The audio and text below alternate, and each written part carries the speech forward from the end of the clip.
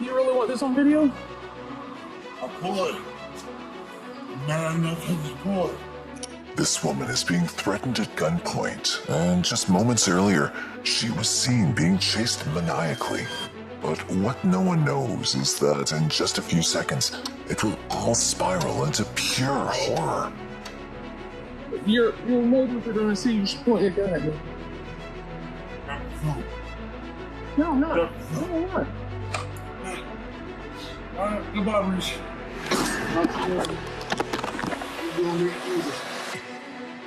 On December 6, 2021, Harris County Police responded to a call from a concerned neighbor who has just witnessed something unimaginable. Harris County 911, what is the location of your emergency? I'm in Glen Lock, and we heard a loud, like 3 pops, bang, bang, bang. So we went outside, and I looked, and I see somebody is laying on their back, and it looks like they've got blood on her chest and blood coming out of her mouth. Law enforcement quickly rushes to the 19,800 block of Rosedawn Lane, Texas, unaware that this call is about to draw them into a chilling nightmare. As the officers arrive at the scene, they encounter an unsettling sight in the driveway. A lifeless woman lying on the ground and a man standing right next to her, wearing only a bathrobe. His behavior seems odd, so officers swiftly make their move. My hands on here. What else did I do? Keep him in there. What's going on? Where's the weapon at? Where's the weapon? Can anybody back for me? Anybody else inside the residence? No. The man they've arrested appears heavily intoxicated, and officers can't tell if he's being honest. Rather than acknowledging the lifeless body beside him, he repeatedly demands another drink. That ain't no drink. Goddammit. No. His intoxicated behavior makes it impossible to get any details from him, so the detectives turn their attention to the crime scene. While canvassing the area, they identify the victim as 48-year-old Patricia Birmingham. The horror deepens when they find 3 shotgun shells, 2 near the tires of a white Tesla parked in the driveway, and the 3rd shot struck Patricia in the right eye, killing her instantly. At first glance, the officers consider the possibility of an accident, suggesting 2 shots aimed at the tires and 1 mistakenly hitting Patricia. But the theory of accidental death is rendered obsolete when they discover CCTV footage from the neighborhood. Could this footage hold the answers they're looking for? Patricia's seen holding her phone tightly, appearing to record something, making it the possible key to solve this mystery. Moments later, out of nowhere, the same man in a bathrobe is caught chasing her down the road.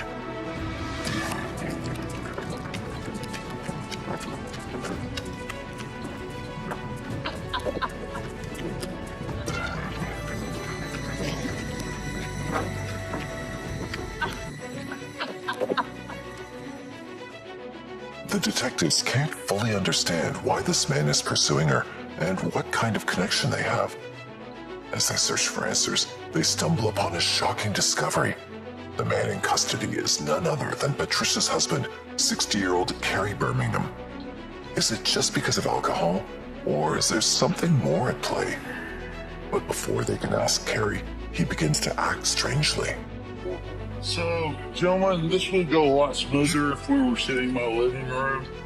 I'm not in front of all my neighbors, and I'll be honest with you, I'll be more talkative if I could be at my table, and I'll need a tall glass of vodka with just a shot of cranberry juice.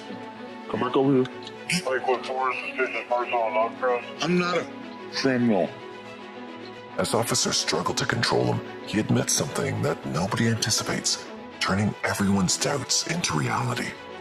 Where's the shotgun? I don't know. Is your weapon? Yeah.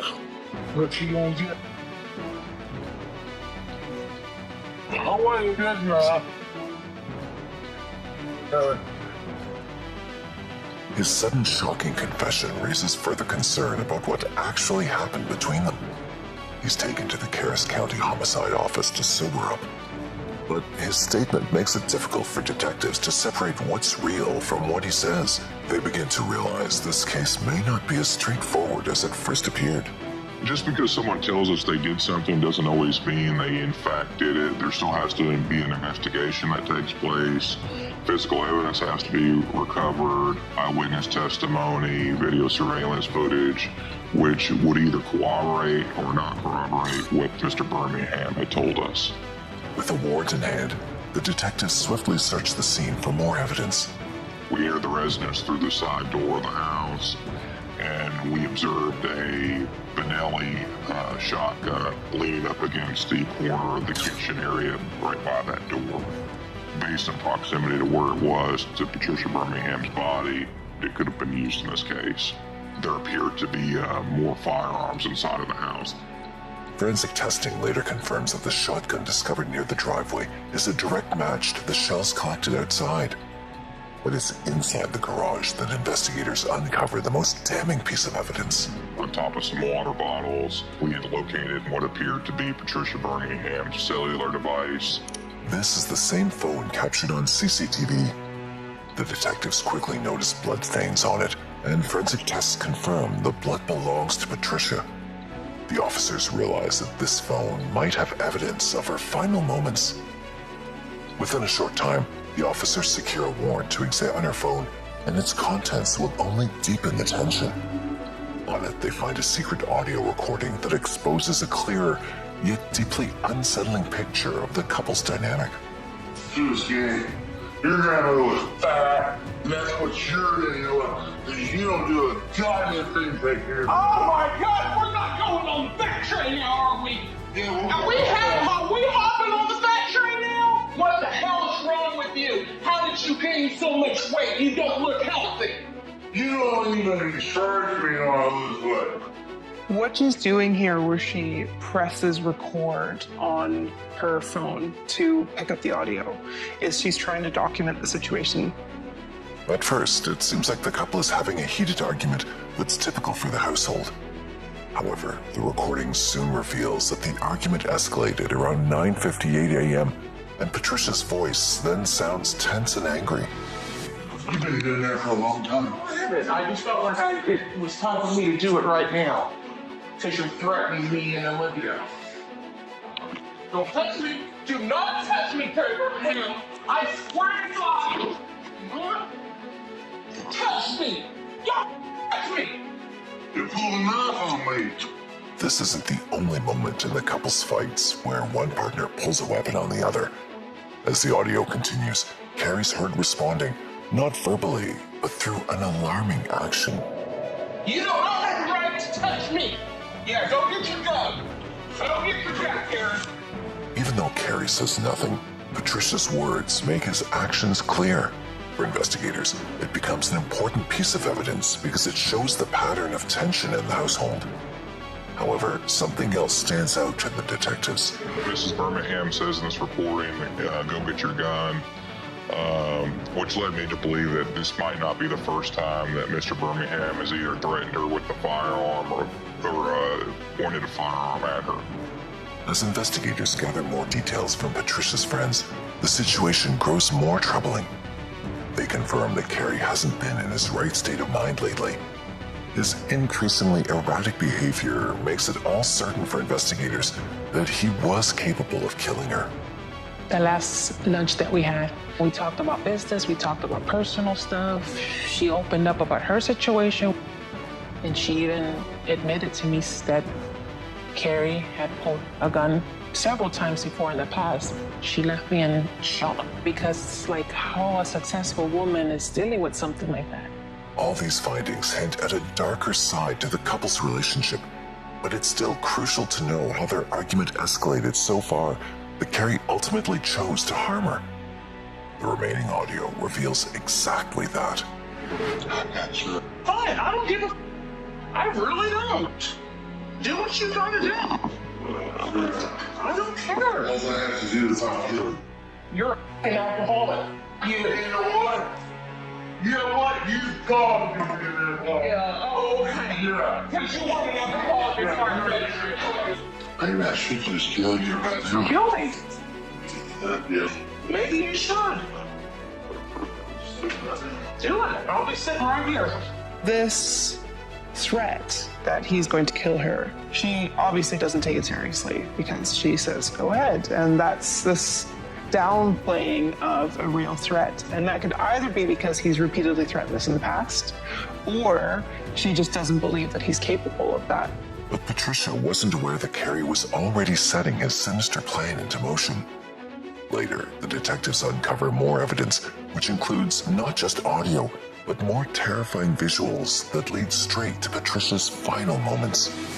Right after the recorded audio ends, Patricia, believing the argument's over and she can finally distance herself from Carrie, steps outside, but cleverly keeps recording. This is the exact moment she appears on CCTV, almost ready to escape. But what she records next on her cell phone reveals Carrie's attempts to humiliate her in public. Hey, Reese, where'd you get that bag that I gave you? Where'd you get it? Huh?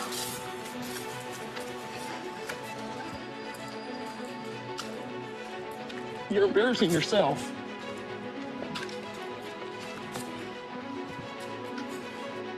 Carrie's even willing to humiliate himself as he walks onto the street with his bathrobe hanging open. Another clear indicator as to why Patricia felt she needed to get away. It appears that she's trying to remove herself from the situation inside of the home. And he's continuing to follow her, walking down the street away from their house. She clearly feels threatened enough that she needs to put distance between herself and the defendant. Because this man had every ability to choke her and kill her if he got close enough to grab her. That's exactly what Patricia might have feared. Yet she stays composed enough to document it all. We see her filming Carrie going up and down the street, which corresponds with the surveillance footage we recovered, and kind of adds a little bit more context as to what was going on. Because not only do we have the footage, but also audio as to what's being said.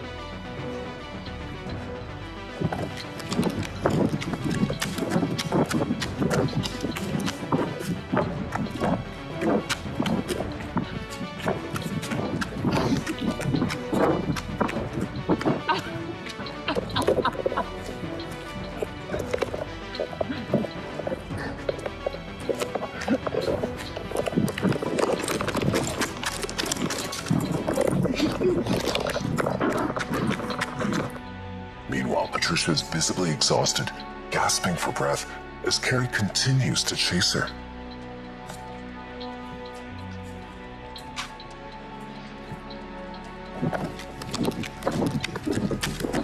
You done playing these stupid games? How you shut up? How you shut up?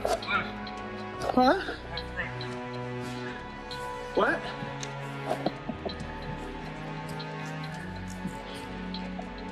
In the end, Carrie appears to be heading back home. Yet, behind that silence, he plots something dangerous. Even in his intoxicated state, he knows Patricia's been recording his every move. So he makes a calculated choice to stay quiet enough to make Patricia believe that everything's over and follow him back into the residence. At that moment, Patricia doesn't know that the most horrific event of her life awaits. Huh? You really want this on video? I'll pull it. I'm mad enough to just pull it. Your neighbors are gonna see you point your gun at me.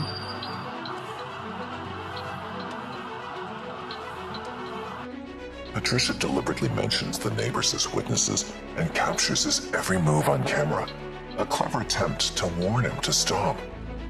Yet, despite knowing he's being recorded, he shows no hesitation before carrying out his next deadly act. Where you go? No, I'm not. No, I'm not. Okay. All right, goodbye, Bruce. You go meet Jesus. It's one of the most heartbreaking discoveries so far. Carrie's heard firing 3 shots, one striking Patricia, and the other 2 hitting the car. At the end, Patricia had only one choice to record her final moments, as she had no way to escape. Tragically, The incident took Patricia's life shortly after. Okay, worth it. I'm worth it for you.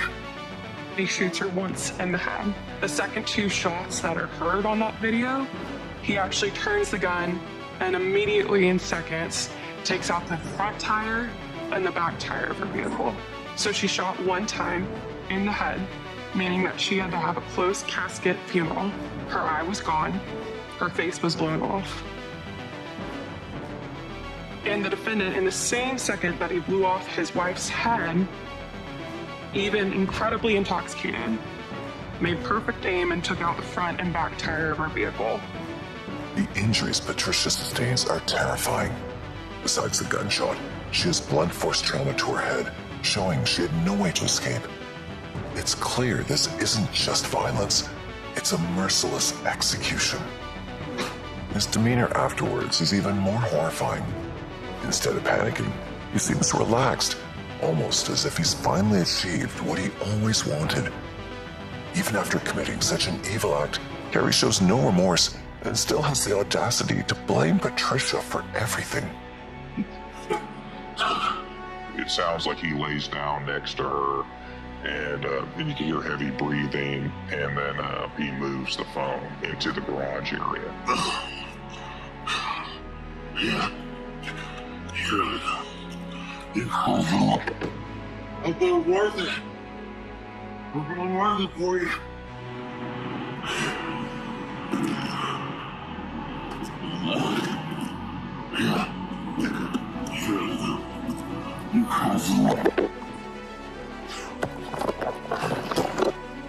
All the significant footage gathered so far confirms that Carrie's responsible for Patricia's murder.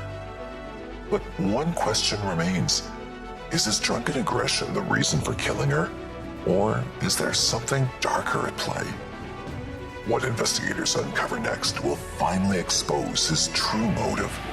You had a love affair with that Mexican. Yeah, you were. That's why you're on too legal. It's all what sense now. I've never even seen that guy. This audio call reveals the true nature behind Carrie's dreadful actions. But is his accusation really true?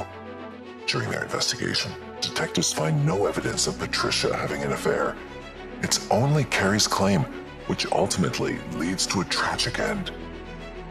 To some extent, it seems believable that Carrie might commit such an act because of his intoxicated state, but examining his behavior shows it was an intentionally calculated move. Mr. Birmingham's now, he's looked in one direction because she's mentioned the neighbors could witness this act. He looks that way, showing that he's fully aware of the situation and what's going on outside. And then furthermore, he checks his firearm to see whether or not the action is on safety or not, to manipulate the firearm to make sure it's in a position to where it can be fired. Each one of Carrie's actions confirms his intent to kill his wife, and he's charged with Patricia's murder. During his interrogation, he chooses to remain silent and refuses to provide any explanation for his actions. On the other hand, Patricia's family is left in shock by her death. Carrie and Patricia had always seemed to live an ideal life. Even though it was Carrie's second marriage, life appeared steady after their daughter Olivia was born. He seemed to be a good man. He was a young gentleman, professional appearance. He spoke highly of himself. You know, he was his best friend. He made sure that I was aware of these fine things that he had and his career in insurance. And I was happy for my sister, but at the same time, that doesn't impress me. But I never had a reason to doubt her choice.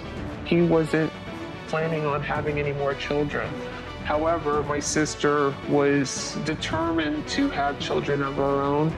Olivia was everything that she wanted. The day she was born, it was the happiest I've ever seen her. Whether it was a gathering with friends, whether it was dinner, whether it was them coming to Orlando or visiting, drinking was always involved. Although the family had noticed their financial struggles, growing alcohol dependency, and the tension between the couple, no one ever imagined that Carrie could go this far. I I didn't believe he was capable of killing her. He was controlling, he was conniving, he was narcissistic, he was a functional alcoholic. I never thought he could lose that type of control and do that type of violence. Looking at the shotgun to make sure that the safety was off, positioning it, pointing it at her, and then ultimately, wishing her goodbyes and telling her to go meet Jesus. That was chilling. It was never anything I could have ever imagined. Also, the detectives described this case as unlike any other because the camera provided every detail to solve the case. It's incredible that this footage exists, and that was what was so unique about this case. You got to see behind closed doors. You got to hear the audio. You got to hear him planning over 30 minutes that he was going to kill his wife. Patricia was very smart. She was. She recorded the last 30 minutes of her life where that we can objectively look at everything that happened leading up to the moment where Carrie Birmingham murdered her. In March 2024, the Patricia Birmingham murder case goes to trial. Carrie's defense attorney claims it was a crime of passion fueled by sudden emotional distress. Unfortunately, this argument is accepted by the all-woman jury, and after deliberation, Carrie's sentenced to 10 years in prison, fine $5,000, with parole possible after 5 years. Their daughter, Olivia, is heartbroken by her father's actions. She also left disappointed by the court's decision, feeling that justice for her mother was far too limited. I lost both my parents that day. My dad died that day too, because the person who did that to my mom and my father aren't the same person. That sudden passion, you have to have something, you have to have made that decision within you for a while. I feel like to do that to somebody you really, really love,